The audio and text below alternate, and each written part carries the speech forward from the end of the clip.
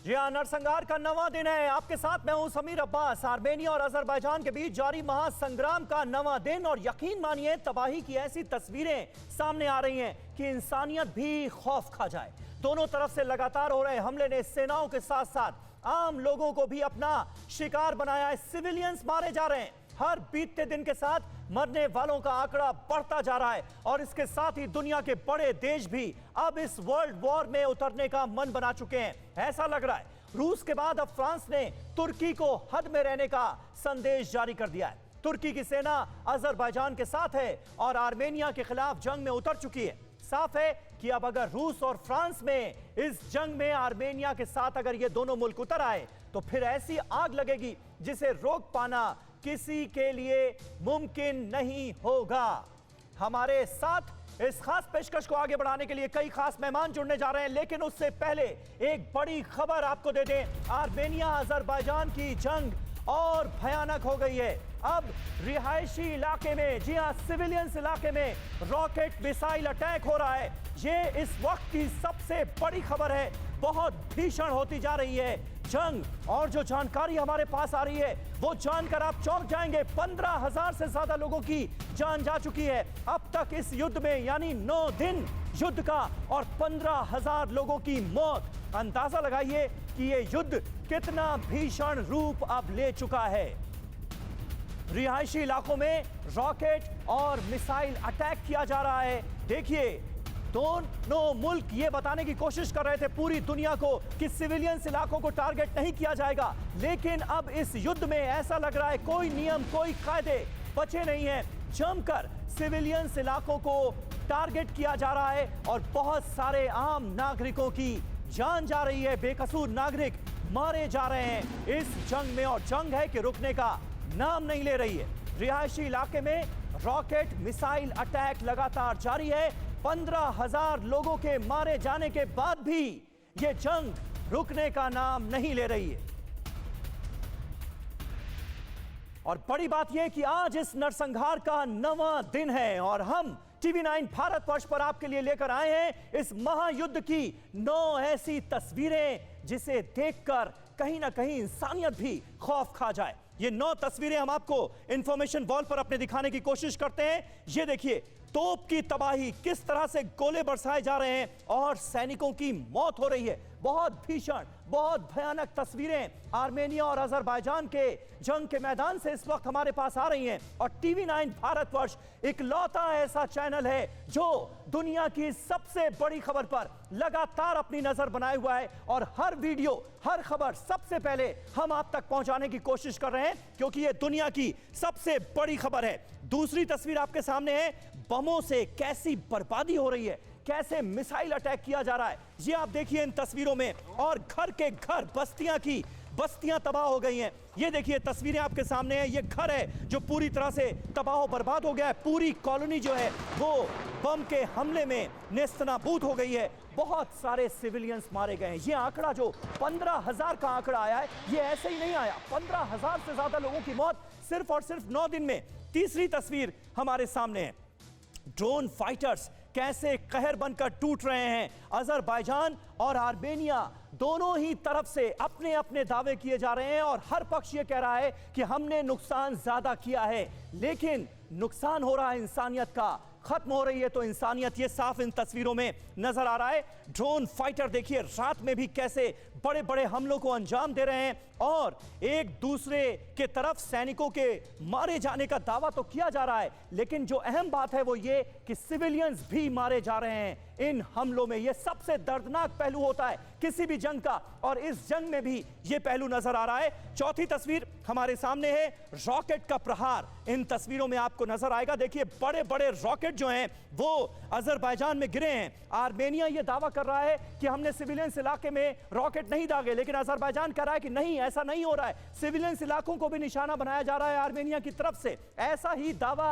Azerbaijan और Armenia दोनों कर रहे हैं। खास बात यह, 5वीं तस्वीर हमारे सामने है, मिसाइल की मार इन तस्वीर तस्वीरों में आपको नजर आएगी। ये देखिए, ये बड़ी सी मिसाइल है जो कि फट नहीं पाई, जिसकी वजह से इसकी ऐसी तस्वीर आपको नजर आ रही है। जमीन में धसी हुई मिसाइल की ये तस्वीरें हैं और ये साफ जाहिर कर रही हैं, क्योंकि ये जो इलाका है ये सिविलियन इलाका है, सिविलियन इलाकों को टारगेट किया गया है। ये तस्वीर कहीं ना कहीं इसकी तस्दीक करती हुई भी नजर आ रही है और अपने आप में बहुत बड़ा सबूत है कि किस तरह से सिविलियन इलाकों को टारगेट किया जा रहा है।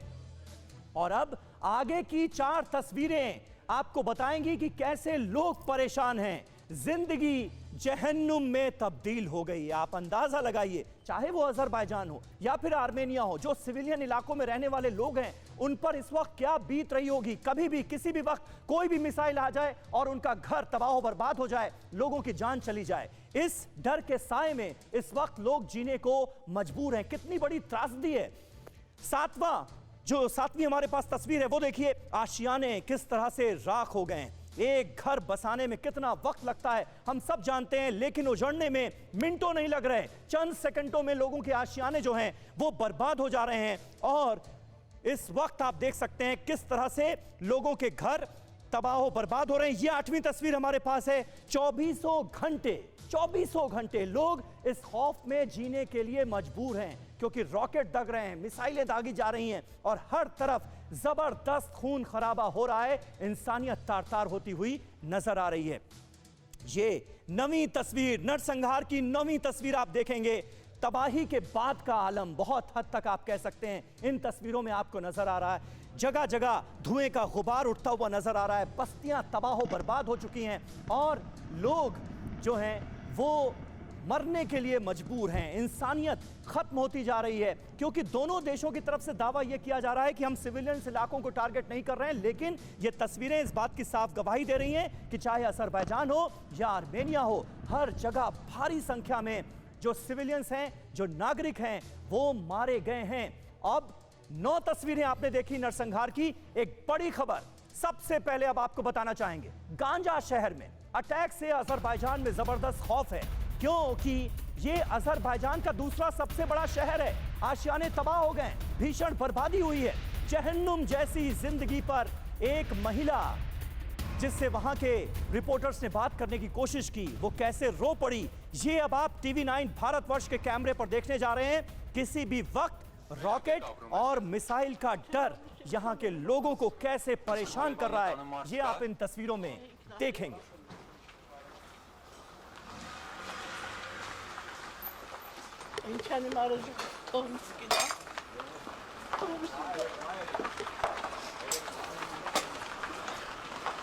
Այսքան մոտ կրակել էին երբևէ ձեր տանը։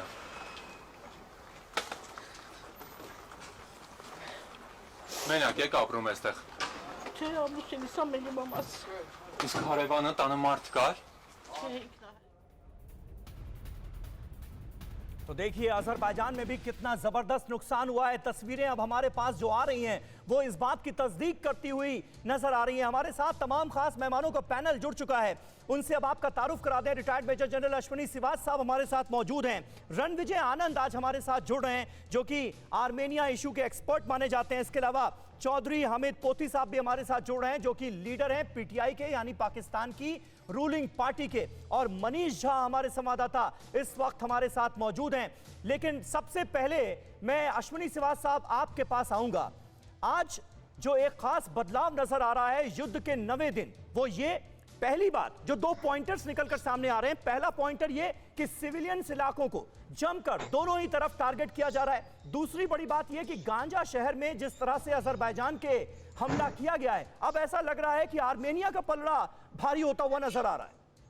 बिल्कुल ठीक बोला समीर। देखो, इसमें तो कोई राय नहीं कि आर्मेनिया और अजरबैजान के अंदर जो युद्ध हो रहा है वो लगता जा रहा है कि आउट ऑफ कंट्रोल हो रहा है, क्योंकि अभी जो 9वें दिन इतनी भारी तादाद में मारामारी हुई है दोनों तरफ से, और दोनों ने टारगेट किया है मिलिट्री इंस्टॉलेशन और सिविलियन एरिया, चाहे वो अजरबैजान की तरफ से है या आर्मेनिया की तरफ से, दोनों ही कर रहे हैं। मगर सबसे इंपॉर्टेंट चीज है जो टर्की आई है अजरबैजान के साथ खुल के आगे, उसने वेपन भी भेजे हैं, सीरिया के रेबल्स भी भेजे हैं, और कुछ आतंकवादी इस्लामिक स्टेट से, और कुछ ऐसा भी सुनने में आया पाकिस्तान से भी कुछ आतंकवादी जो अजरबैजान की तरफ से लड़ रहे हैं। और इसके कारण क्या है, पलड़ा काफी अजरबैजान की तरफ भारी था। मगर अभी आर्मेनिया को जो रूस के हथियार मिल रहे हैं और कहीं ना कहीं फ्रांस भी साथ में आ गया है, तो आर्मेनिया के पास जो हथियार हैं वो बहुत अच्छे मिल गए हैं, उसके कारण ईंट का जवाब वो पत्थर से दे रहे हैं। मगर सिचुएशन थोड़ी सी टेंस है और इसको अगर रोका नहीं गया तो ये एनर्जी के लिए बहुत इंपॉर्टेंट है। ऑयल और गैस यहाँ से अजरबैजान से जाती है यूरोप की तरफ। अगर यहाँ पर एक प्रकार से मारामारी हुई तो इसका इंपैक्ट डायरेक्टली होगा यूरोप के अंदर। दूसरी सबसे इंपॉर्टेंट चीज है इजराइल जो है उसके ड्रोन्स वगैरह अजरबैजान को मिल रहे हैं, उनके भी हथियार इजराइल के मिल गए हैं अजरबैजान को। तो अजरबैजान की जो सिचुएशन थी वो शुरू में बहुत अच्छी लग रही थी, मगर आर्मेनिया को जैसे जैसे अभी फ्रांस भी आ गया है। सही बात है, बिल्कुल सही आप कह रहे हैं। और इस वक्त एक और अहम खबर यह है कि गांजा शहर में अटैक पर भड़का है अजरबैजान। आर्मेनिया की मेन लैंड पर अटैक करेंगे, ये अजरबैजान की तरफ से अब कहा जा रहा है। आर्मेनिया ने हमारे सिविलियन इलाकों को टारगेट किया है, उस पर हमला किया है। आर्मेनिया को पूरा इलाका अब छोड़ना होगा, ये अजरबैजान की तरफ से नई चुनौती दी गई है आर्मेनिया को। और रणविजय आनंद साहब हमारे साथ मौजूद हैं। रणविजय आनंद साहब, इस चुनौती को अब कितनी गंभीरता से लेना चाहिए, क्योंकि गांजा शहर जो कि अजरबैजान का दूसरा सबसे बड़ा शहर है, उसे जबरदस्त तरीके से टारगेट तो किया गया है। तस्वीरें इस वक्त हमारे सामने हैं। नमस्कार समीर जी, सबसे पहले बता दूं कि ये जो सिचुएशन आई हुई है ये बहुत ही भीषण है। हम लोग एक ऑल आउट वॉर को देख रहे हैं और ये रुकने का नाम नहीं ले रहा है। जहां तक सिविलियन इलाकों को अटैक करने की बात है तो ये पहल अजरबैजान ने लिया है, जिन्होंने बेसिकली जो हमारे अर्ज़ाक हैं जिसको नगर्नो काराबाख सिटी कहते हैं, स्टेपानाकार्ड उसके कैपिटल सिटी का नाम है, उसको उन्होंने इतनी बुरी तरह से मिसाइलों से अटैक किया है कि वो शहर बिल्कुल तहस नहस हो गया है।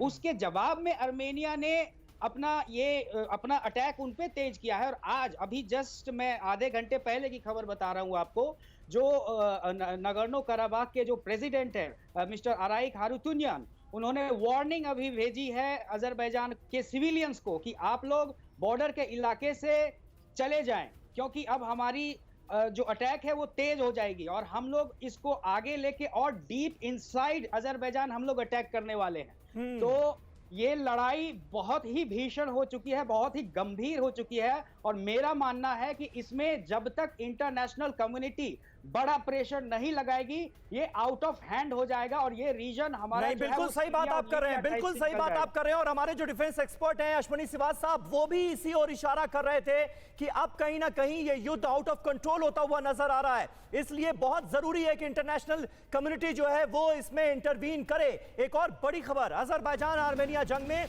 तुर्की की घुसपैठ के भी पक्के सबूत अब हमें मिले हैं। तुर्की के लोग भी जंग पर अजरबैजान के साथ हैं, हजारों लोग अजरबैजान के समर्थन में उतरे हैं। इस्तांबुल की सड़कों का नजारा देखिए आप, यहां पर अजरबैजान के झंडे लहराए जा रहे हैं। युद्ध में तुर्की की मौजूदगी का इसे आप एक और सबूत कह सकते हैं। टीवी 9 भारतवर्ष पर देखिए एक्सक्लूसिव तस्वीरें।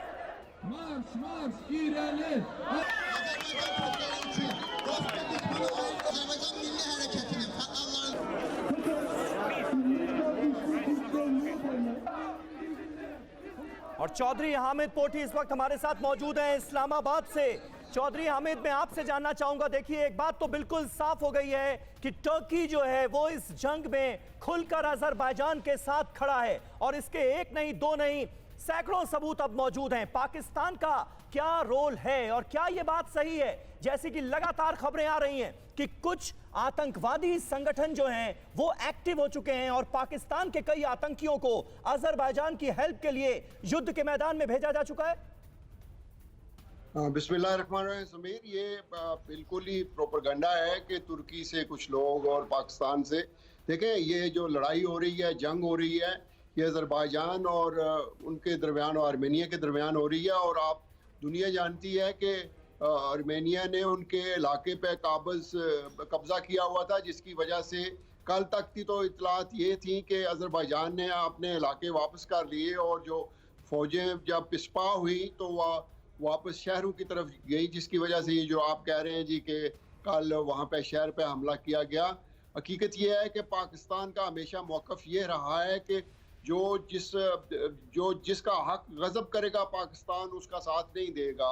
और आर्मेनिया ने ज़बरदस्ती कब्जा किया हुआ था जो अज़रबैजान का एक इलाका था और ये डिस्प्यूटेड था। और चलिए बिल्कुल पोथी साहब बने रहे आप हमारे साथ, आपकी बातों से भी साफ ऐसा लग रहा है। और लग क्या रहा है, ये तो है ही, पाकिस्तान पूरी तरह से तुर्की के साथ, अज़रबैजान के साथ खड़ा हुआ है, तुर्की अज़रबैजान के साथ खड़ा हुआ है। और यही वजह है कि शुरुआती दौर में हमने देखा कि अज़रबैजान की तरफ से आर्मेनिया को जमकर नुकसान हुआ, लेकिन तुर्की एक विलेन कैसे, ये आपको बताते हैं। तुर्की ने अज़रबैजान आर्मेनिया जंग को दरअसल धार्मिक रंग दे दिया है। ये सबसे बड़ी बात है इस जंग की। अज़रबैजान की मुस्लिम आबादी को तुर्की ने हथियार बना लिया है और इसे धार्मिक जंग का रूप दे दिया गया। तुर्की मिडिल ईस्ट और नॉर्थ अफ्रीका में अपनी दादागिरी चाहता है। इसके अलावा जो इस्लामिक मुअल्लिक हैं उसका भी सरदार बनने की कोशिश में। नागोर्नो काराबाख में शांति के लिए पहले रूस और तुर्की मिलकर काम करते थे।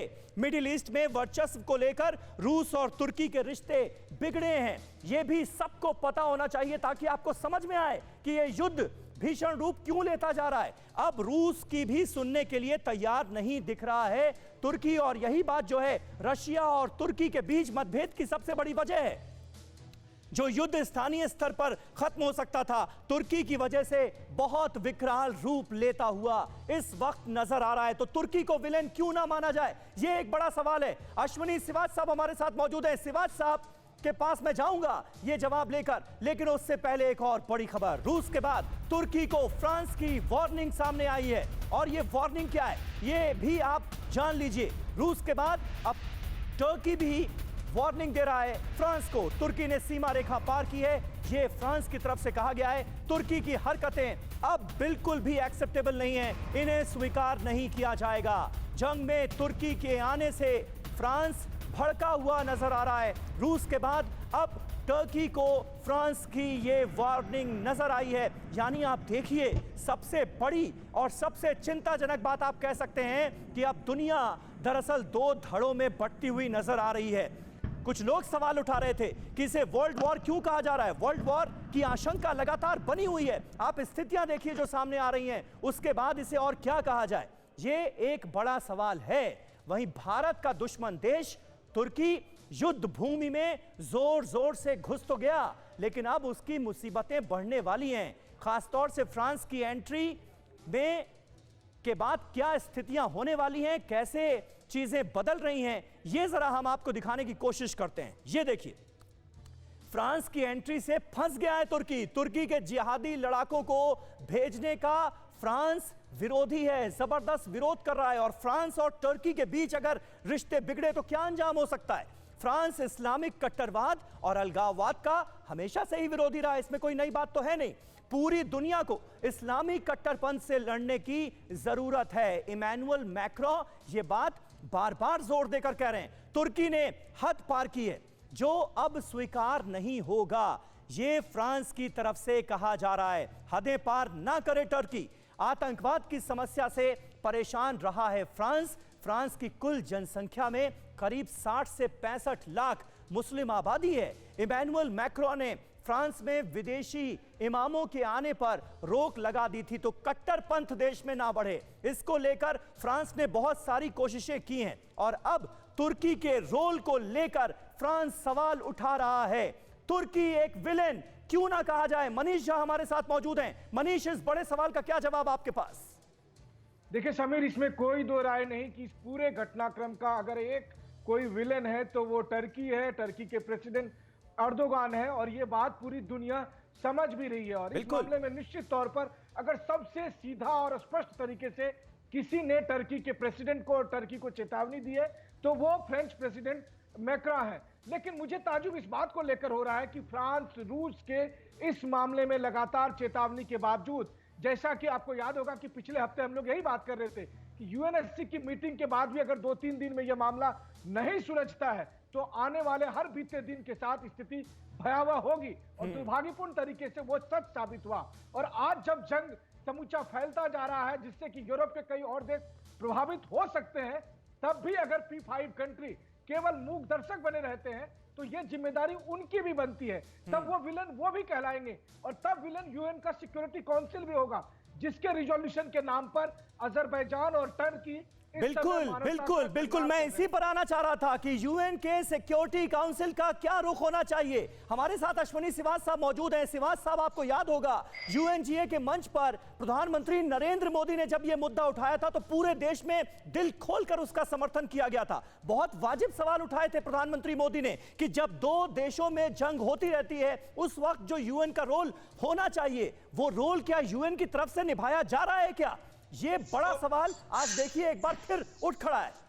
बिल्कुल ठीक बोला समीर, इसमें कोई दो राय नहीं कि जिस प्रकार से यूनाइटेड नेशन सिक्योरिटी काउंसिल को अभी पहल करनी चाहिए थी, ये जो लड़ाई है अजरबैजान और आर्मेनिया के बीच में आउट ऑफ कंट्रोल हो सकती है, कहीं ना कहीं वर्ल्ड वार की तरफ भी जा सकती है। ये हो रही है लड़ाई इस्लाम वर्सेस क्रिश्चियनिटी और टर्की इसका फायदा उठा रहा है और टर्की चाहता है कि वो इस्लाम का एक लीडर बन के उभरे और इसलिए वो फुल आउट जा रहा है अजरबैजान को हेल्प करने के लिए। मगर मैं यही सोच रहा था यूनाइटेड सिक्योरिटी काउंसिल जो है, जो कि एक प्रकार से अब डिफंक हो गई है, वो क्यों नहीं एक्शन ले रही इसके ऊपर? बिल्कुल सर, बिल्कुल, ये बहुत बड़ा वाजिब सवाल है। बातचीत कराए। और अगर आप देखें मिन्स्क ग्रुप जो है फ्रांस और जिसके अंदर यूएस और रशिया है, वो भी कहीं ना कहीं अब पहल करने वाला है, जो कि कोऑपरेटिव और इकोनॉमिक कोऑपरेशन का यूरोप के अंदर है। अगर यूरोप के देश अगर नहीं आए, यूएस और रशिया और फ्रांस नहीं आए, तो यह लड़ाई कोई भी पहलू ले सकती है और इसके आने वाले समय में इसके परिणाम बहुत घातक होंगे,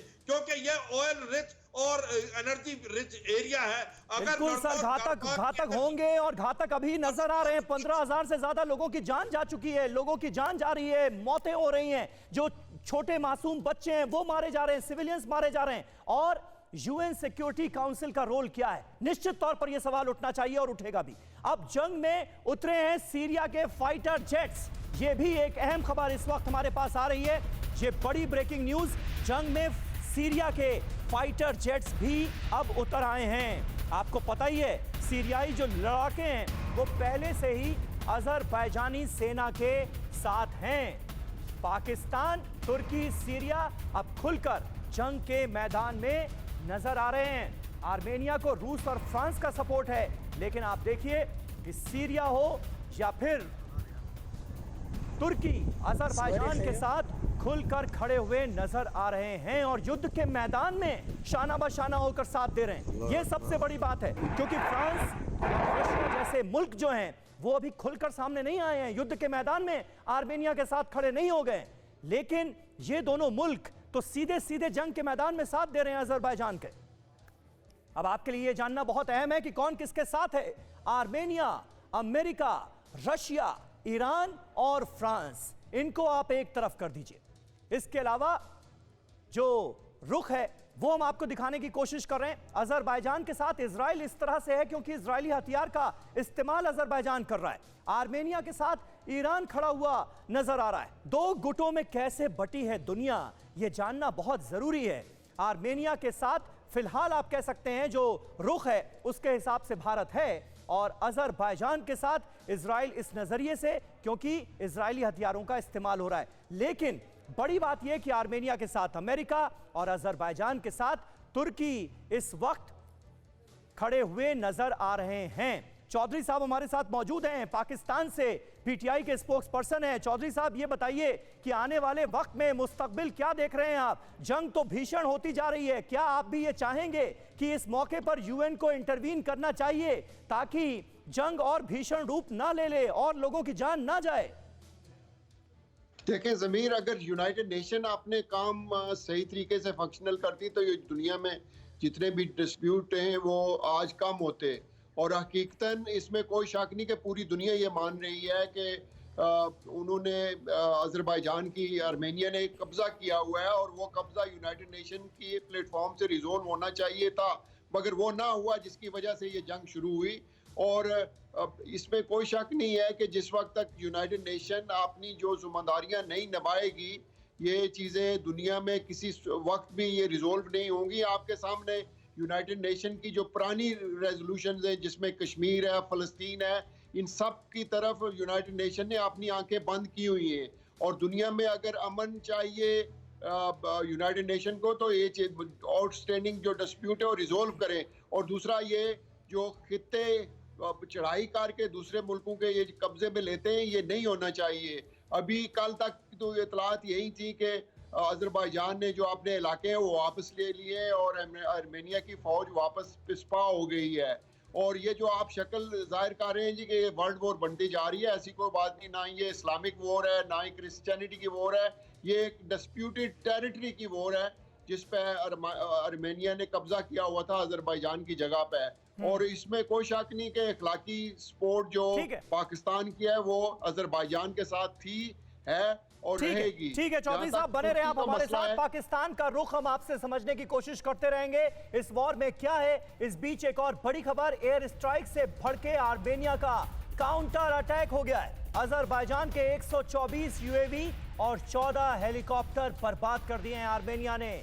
जंग में अजरबैजान के 348 सैन्य वाहन भी तबाह हो गए हैं। अजरबैजान के अब तक 3154 सैनिक मार गिराए गए हैं। ये आर्मेनिया ने बड़ा दावा किया है। 3155 अजरबैजान के जो सैनिक हैं उनको आर्मेनिया की सेना ने मार गिराया है।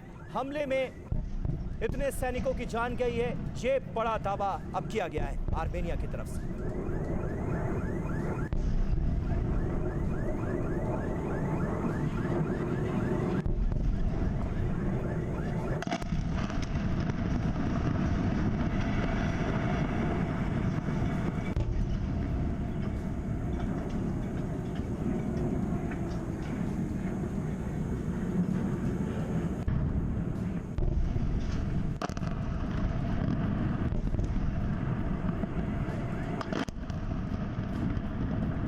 रनंजय आनंद साहब हमारे साथ मौजूद हैं। आनंद साहब, इन ताज़ा हमलों को किस नज़र से आप देखते हैं? क्योंकि नागोर्नो काराबाग के जो नेता हैं आर्येक हरुटुटियन, अगर मैं सही प्रोनाउंस कर पा रहा हूं उनका नाम, तो उन्होंने ये ऐलान किया था कि अजरबैजान के शहरों को निशाना बनाया जाएगा। तो ये जो ताज़ा हमले हैं ये नागोर्नो काराबाग की तरफ से माने जाएं या फिर सीधे आर्मेनिया की तरफ से?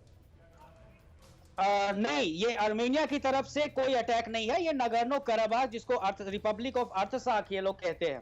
तो अराइक हारुतुनियान साहब ने ये कहा है कि हमारे जो शहर स्टेपानाकर्ट को आपने अटैक किया है, पूरी तरह से नेस्तनाबूद तहस नहस कर दिया है, अब हमें रिप्लाई देना पड़ेगा। और इसलिए उन्होंने वार्निंग दी है वहां के सिविलियंस को कि आप लोग बॉर्डर इलाका खाली कर दीजिए और सिविलियंस को बचाने के लिए हमें डीप इनसाइड भी अटैक करना पड़ेगा।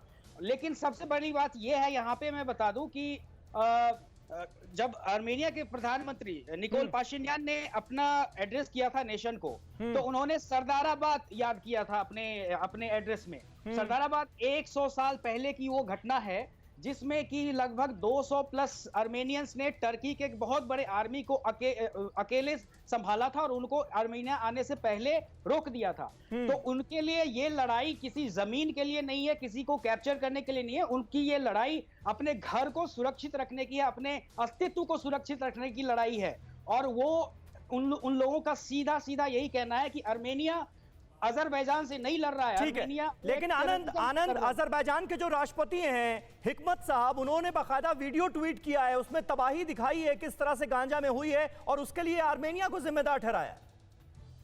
समीर जी देखिए, ये इंफॉर्मेशन वॉर भी है। जहां तक उन लोगों ने की थी कि आर्मेनिया के शहर कराबाग के शहर के किसी इलाके को उन्होंने कैप्चर कर लिया है। हाँ। और झंडे को उन्होंने लगाया था, वो भी उसको आर्मेनिया ने बिल्कुल निगेट कर दिया। उन्होंने अपना दिखाया वीडियो की, देखो हमने इनको भगा दिया है। तो बेसिकली दोनों तरफ से क्लेम और काउंटर क्लेम हो रहा है।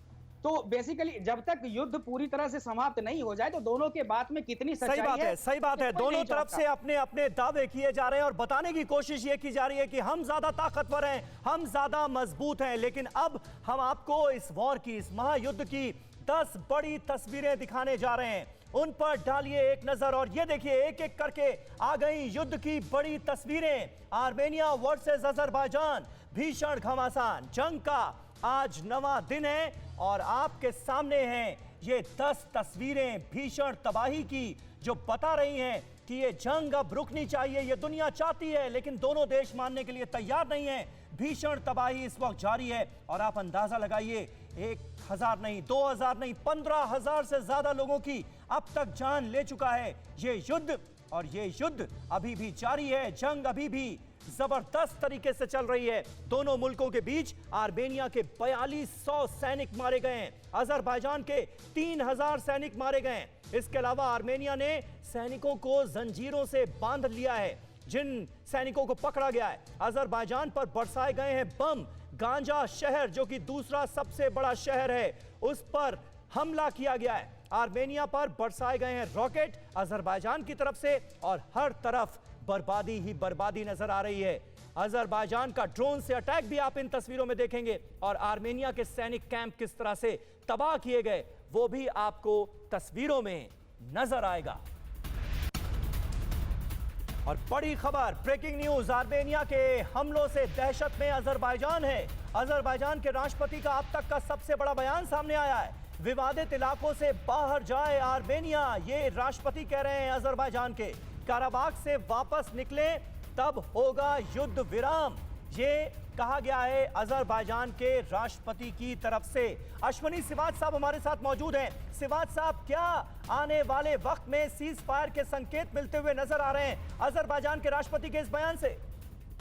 देखो, इसमें कोई दो राय नहीं कि अब मेरे को लगता है कि वर्ल्ड के जो बड़े बड़े लीडर हैं, जैसे आपके यूएस है, रूस है, फ्रांस है, जो मिन्स्क ग्रुप के एक प्रकार से मेंबर भी हैं, वो चाहेंगे इसको अभी रोका जाए, क्योंकि अगर ये सिचुएशन बहुत खराब होगी तो ये आउट ऑफ कंट्रोल हो सकती है। इसमें कोई दो राय नहीं कि अब टाइम आ गया है कि इसके अंदर पहल करके दोनों के बीच में मतभेद को दूर किया जाए। ये जो नागोर्नो कराबाख का एरिया है, इसमें आर्मेनिया की ज्यादा पॉपुलेशन है और अजरबैजान अपना कंट्रोल करने की कोशिश कर रहा है। कहीं ना कहीं ये समझौता कराना पड़ेगा अजरबैजान और आर्मेनिया के बीच में, क्योंकि कहीं ना कहीं जिस प्रकार से लड़ाई चल रही है और टर्की खुल के आ गया अजरबैजान से और इसी प्रकार से रूस और फ्रांस कुछ सपोर्ट दे रहे हैं आर्मेनिया को, तो ये लड़ाई कोई भी शेप ले सकती है।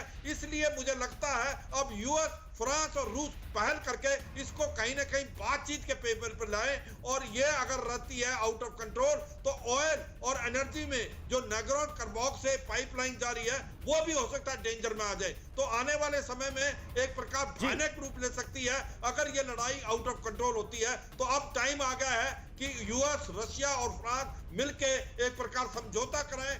बिल्कुल बिल्कुल बिल्कुल, युद्ध का नवा दिन है, नरसंहार जो है वो चरम पर नजर आ रहा है, विकराल रूप लेता जा रहा है। ये युद्ध 9 सबसे बड़ी बातें जो अब तक निकलकर सामने आई हैं युद्ध के 9वें दिन में, उनके बारे में आपको बता दें। 27 सितंबर से अजरबैजान आर्मेनिया के बीच जंग जारी है। 27 सितंबर से आज 9वां दिन है। नागोर्नो कराबाख इलाके पर विवाद के बाद ये युद्ध छिड़ा है, जैसा कि हमेशा होता है। अजरबैजान के साथ तुर्की, इजराइल, चीन और पाकिस्तान जैसे मुल्क खड़े नजर आ रहे हैं। वहीं आर्मेनिया के साथ भारत, रशिया और अब देखिए आप फ्रांस की भी एंट्री हो चुकी है, तो फ्रांस को भी इस फहरिस्त में जोड़ लिया जाए। सीरिया की भी एंट्री हो गई है। कुर्द लड़ाके जो हैं वो तुर्की के रास्ते अजरबैजान पहुंच गए हैं।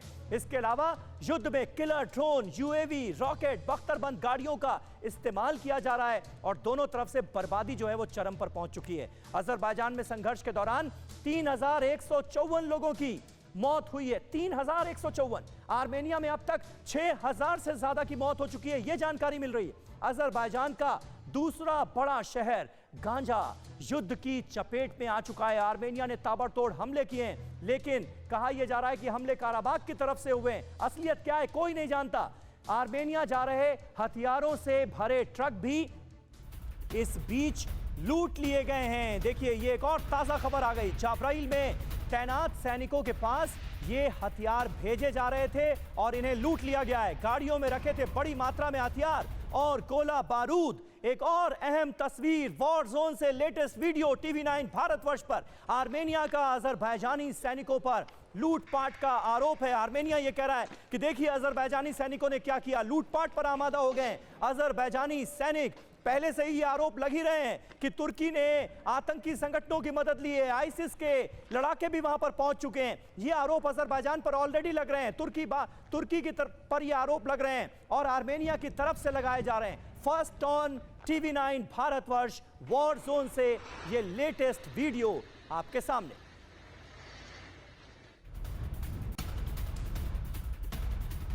एक और बड़ी खबर, अमेरिका में सड़क पर उतरे आर्मेनियाई। लॉस एंजलिस में आर्मेनियाई लोगों ने प्रदर्शन किया है, तो अमेरिका पर भी दबाव डालने की कोशिश, वहां पर प्रदर्शन शुरू हो गए हैं। अमेरिका से अजरबैजान पर कार्रवाई की मांग की जा रही है। लॉस एंजलिस में बड़ी तादाद में, आपको बता दें, आर्मेनियाई मूल के लोग रहते हैं और वो सड़कों पर बाहर निकल आए हैं। कह रहे हैं कि यूएस को चुप नहीं बैठना चाहिए, अमेरिका को खुलकर आर्मेनिया का साथ देना चाहिए, क्योंकि अजरबैजान लगातार ताबड़तोड़ हमले कर रहा है। ये वक्त चुप बैठने का नहीं है, ये बताया जा रहा है। अमेरिका को, यूएस को इस तरह के विरोध प्रदर्शनों के जरिए आर्मेनियाई नागरिक जो हैं वो अपनी आवाज बुलंद कर रहे हैं। लॉस एंजलिस में आर्मेनियाई मूल के लोग भारी संख्या में रहते हैं और अब वो सड़क पर उतरकर प्रदर्शन कर रहे हैं और अमेरिकी राष्ट्रपति डोनाल्ड ट्रंप पर यह दबाव बनाने की कोशिश की जा रही है कि आपको कोई स्टैंड लेना पड़ेगा, आपको आर्मेनिया के साथ खड़ा होना चाहिए। इस मुसीबत में यह दबाव डाला जा रहा है। अब एक और बड़ी खबर, चीन से जंग के लिए भारत की तैयारियां तेज हो गई हैं।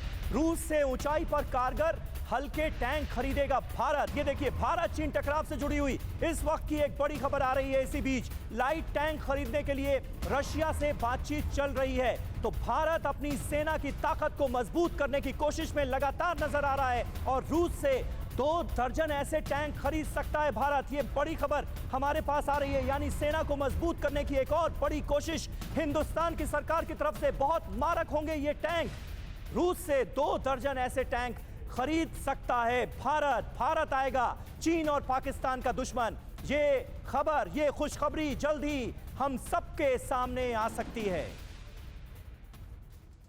और फिलहाल अपने तमाम खास मेहमानों का शुक्रिया अदा करना चाहेंगे, लेकिन वॉर जोन से जुड़ी पल पल की अपडेट लगातार जारी है, क्योंकि नरसंहार का नवा दिन है, युद्ध का नवा दिन है और हर बड़ी अपडेट युद्ध के मैदान से डायरेक्ट टीवी9 भारतवर्ष के पास आ रही है। क्या आप पर भी बरपा है जालसाजी का कहर?